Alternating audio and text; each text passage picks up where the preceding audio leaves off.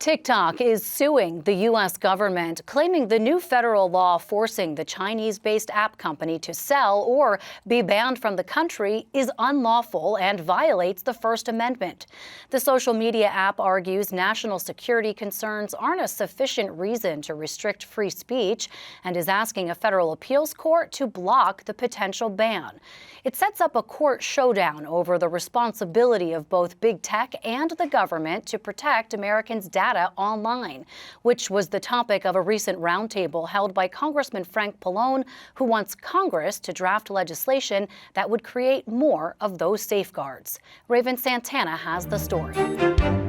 I want to send you PR, I want to send you a product, I want you to review this.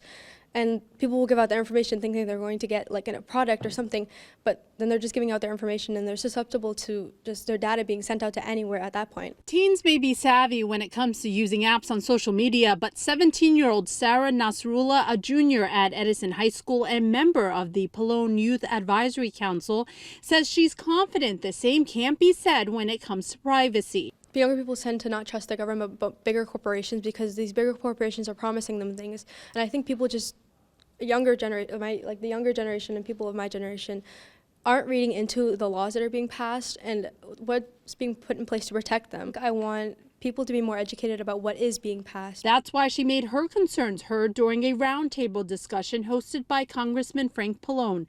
They were joined by other professors and lawmakers to discuss how to hold tech companies accountable for protecting America's data online. What we find is that not only problems with privacy in terms of social media, but also everyone trying to basically gather all your private information, whether it's your social security number or your taste in music, whatever it is, and then selling it for profits. Pallone is the ranking member of the House Energy and Commerce Committee, which has jurisdiction over technology policy. The committee is currently considering a proposal to create national privacy protections for Americans' data. There's the overall issue that not collecting new data that's not necessary, punishing those who do that, and then also allowing people to go back and erase or delete the data that's already been collected. The proposal comes after President Biden signed a law in April introduced by Pallone to make it illegal for data brokers to sell or otherwise make Americans' sensitive data available to China, North Korea, Russia, or Iran.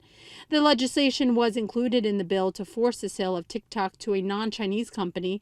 That bill has been met with mixed reactions. Oh, there's tremendous pushback. Why?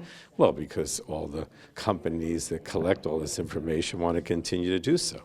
And so this is not going to be easily accomplished. His comments were echoed by other members of the roundtable that shared why. Social media has become the opiate of the people because people want those 15 minutes of fame or 2 minutes of fame. Everywhere you go, people want a photograph to put on the gram, and they don't think about what the implications of that is. It has so many implications, whether it's protecting youth or whether it's looking at, the healthcare records, and whether, that idea of, people believe that, well, we gave you the right to opt out, so, but most people, as you said, they don't know what that means and they don't know how to do it. Pallone and other members at the roundtable discussion all agree that passing the privacy protection legislation currently in committee could also prevent any future privacy and security issues caused by AI. For NJ Spotlight News, I'm Raven Santana.